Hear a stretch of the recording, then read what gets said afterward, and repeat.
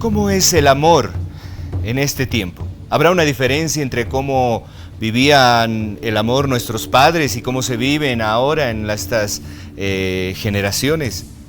¿Cómo podríamos romper este sistema de emociones en función al sistema de género? Hemos hablado de estos temas con nuestro especialista.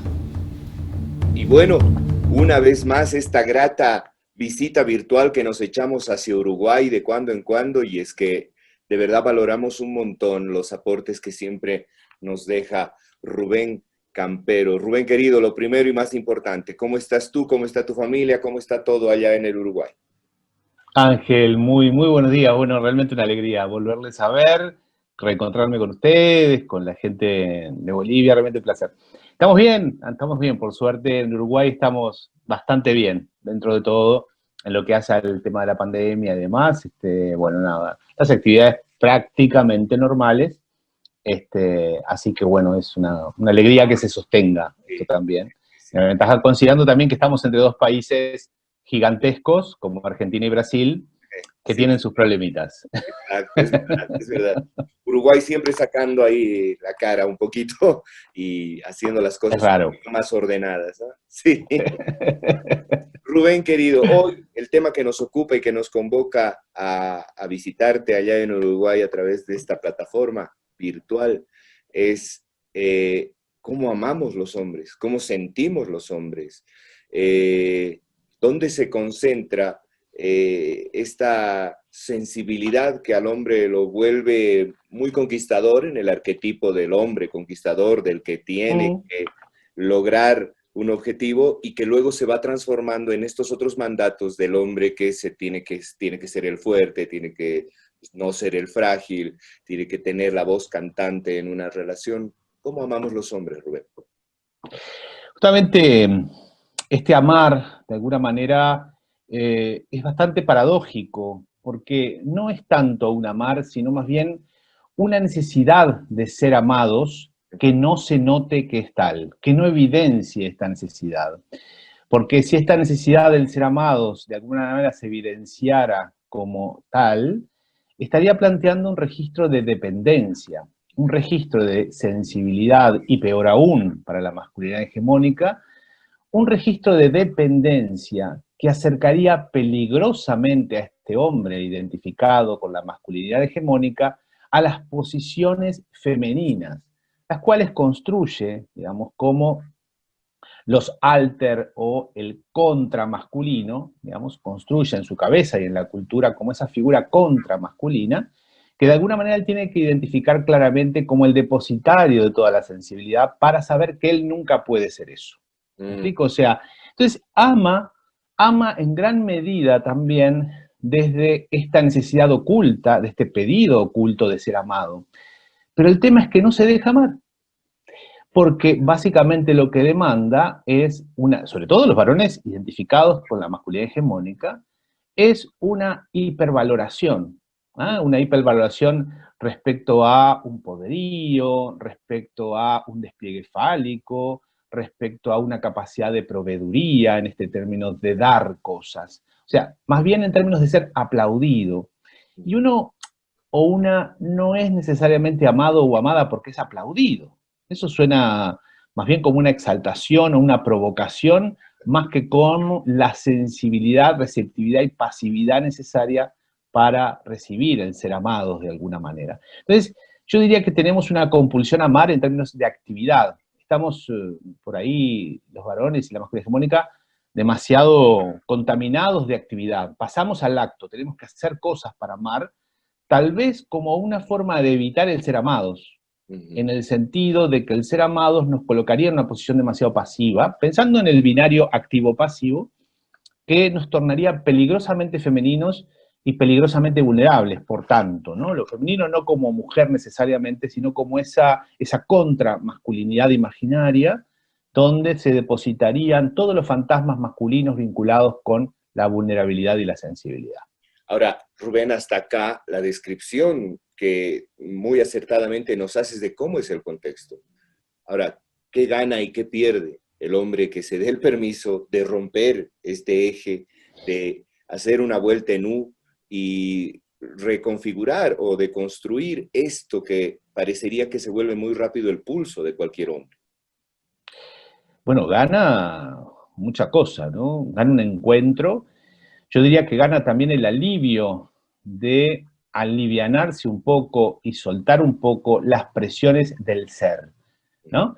Y poder más bien estar. De alguna manera se aliviana de las presiones de tener que ser esa identidad hermética, cerrada sobre sí misma, que tiene una valía solamente en clave de autonomía, es decir, yo me basto solo, yo me arreglo solo y vos me necesitas a mí. Fíjate cómo la masculinidad hegemónica se las arregla mucho para, digamos, satisfacer sus necesidades pasivas de dependencia, de sensibilidad, depositándolas en un otro que le dice, soy yo quien te necesito a vos y no vos quien me necesita a mí. O sea, lo que ganaría sería bajarse de ese caballo de metal o de ese tanque de guerra, o de esa coraza o armadura, que le permitiera justamente sentir la piel finalmente, ¿no? Pero ese trayecto, ese camino, esa aventura, muy, muy tipo de Ulises de alguna manera, ¿no? Sí, claro. Lo va a llevar por, bueno, trayectorias que van a depender de cada historia personal de cada varón, ¿no? Algunas serán más dantescas en términos de irse acercando, ¿no?, en los círculos del infierno, y algunas serán aventuras como mucho más divertidas, de alguna forma, en esto de soltar amarras, de alguna manera. Yo creo que siempre se gana, porque recordá que la masculinidad hegemónica socializa varones con muchas dificultades de dejarse amar, pero que tampoco necesariamente aman, sino que controlan a aquel de quien demandan amor, atención y aplausos, y cuando no lo logran, el dolor narcisista es tal que los puede incluso llevar al asesinato. ¿Me explico? O sea, la irrupción de la violencia. Claro, Sí. situaciones de violencia basada en género lo vemos muchísimo.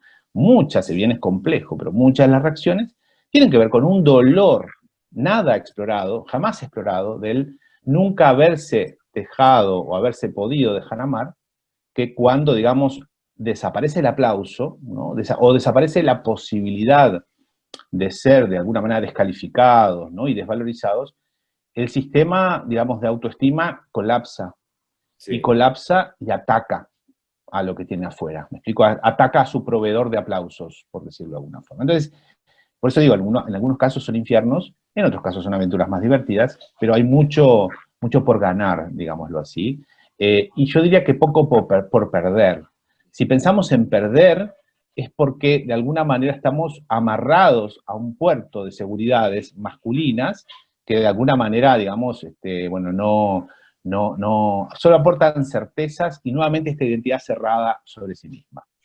Sí, Rubén, hablaba de perder porque justamente en el análisis y en el devenir de tantas conversaciones acá en Sapiens, he empezado a detectar una suerte de respuesta al sistema también. Parecería que el sistema es tan efectivo que encapsula al hombre en estos comportamientos, en estas formas, en estas dinámicas. Y entonces, claro, cuando uno piensa en deconstruir todas estas masculinidades hegemónicas, todos estos mandatos, también se da cuenta que está yendo contra todo un aparato muy efectivo que es este sistema que lo ha marcado así. Ya estoy de acuerdo, sí. Ya entendí claramente a dónde ibas también con esto de las pérdidas. Y de alguna manera se pierde esta posición de monarca, ¿no? Esta posición es ficticia, quiero decir, ¿no? Pero estoy de acuerdo que a través del mito del macho, porque creo que es un mito, el macho en sí es un mito, se sostienen concepciones vinculadas con patria, ¿eh? Concepciones vinculadas incluso con el capitalismo, de alguna manera también, en esto del poder, ¿no? Del poder en términos de tener. El capitalismo es muy fálico en ese sentido, y cuando de alguna manera el soldado, ¿no?, la figura heroica del obrero, la figura del obrero no como clase explotada, sino este obrero que saca adelante un país, la figura de el poderoso, que de alguna manera está en una posición política destacada, bueno, cuando se cuestiona la masculinidad tradicional, sí, Dios un poco muere, por decirlo de alguna manera, Claro, para ser nietzscheano, ¿no? sí, Del sí, filósofo Nietzsche. Sí, sí, sí. Bueno, ese es un peligro y es un miedo que la cultura también tiene, y hay reacciones en este momento. Ujú. De hecho, esto que estamos hablando seguramente es escuchado por algunas personas y, bueno, se rasgarán las vestiduras de escuchar lo que están escuchando. Claro, claro, claro que sí. Ven, antes de cerrar esta conversación, ¿cuáles son las oportunidades, cuáles son los espacios por donde el hombre podría empezar a habitar nuevas opciones, nuevas oportunidades, sin que esto signifique una derrota, una pérdida? Qué interesante pregunta y qué difícil la respuesta. Yo diría que, por ejemplo, empezar por la educación sexual integral desde la casa, en lo que tiene que ver con los juegos infantiles, cómo habilitar a los niños varones también a poder, digamos, interactuar desde roles más sensibles, ¿no? Cómo poder de alguna manera no tenerle miedo y no enseñar el miedo a la vulnerabilidad, no enseñar el miedo a la sensibilidad, no tener que estar probando que uno es algo autónomo que no precisa del otro y que necesita descalificar, por ejemplo, posiciones femeninas para poder sostenerse como tal. Y en la vida, bueno, ni que hablar que también en la adolescencia es un factor como central, porque se agudizan muchas construcciones identitarias que uno ve, ¿no? En los varones, o en algunos varones, o en muchos, esta rigidización de patrones masculinos tradicionales tan nocivos para cualquier persona, inclusive y sobre todo para el propio varón. Y en la vida adulta, yo diría que también, digamos, afianzar los vínculos sensibles también entre varones, no solo con mujeres, sino volvernos más, más sensibles, perderle el miedo a lo homosexual, que muchas veces se juega en la relación entre hombres, porque bueno, la sensibilidad entre varones parece que enseguida es sexualizada, ¿no? No importa si sos heterosexual o homosexual, eso da lo mismo. Y también en lo que tiene que ver con las paternidades, ¿no? Yo creo que ahí es una línea súper interesante. La ejerzas como la ejerzas, con un hijo biológico, adoptivo, la paternidad vinculada con el cuidar. Creo que el cuidar es algo que no solo nos va a ayudar a los varones como masculinidad, en términos de masculinidad, sino que es algo que ayuda a la cultura en general. Cuidar al ser humano, cuidar a los otros animales, cuidar al planeta. El acto del cuidado implica la puesta en juego de emociones, de sensibilidad, de identificación también con la vulnerabilidad del otro, en este caso de la tierra, de los otros animales, de los otros humanos, para poder justamente conectar de una forma más global con este ser con otro, que es un ser sensible en este planeta. El ser con otro. Qué bonito eso. Me voy a ir con esa frase, querido Rubén. Siempre es una alegría verte. Te agradecemos siempre la predisponibilidad y a pesar de tu agenda encontrar ahí un espacio para podernos encontrar. Te agradezco mucho. Siempre se puede, desde el cariño. Gracias. Hasta luego, chao. Que estés muy bien. Siempre es grato leerte también. Todo lo que haces, te estamos siguiendo, así que estamos muy contentos de hacerlo. Un abrazo grande a Bolivia. Chao, chao. Chao, chao.